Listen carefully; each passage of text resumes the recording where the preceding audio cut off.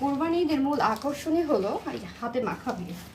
এই হাতে মাখা বিফের যে স্বাদ সেটা কিন্তু অন্য সময় পাওয়া যায় না।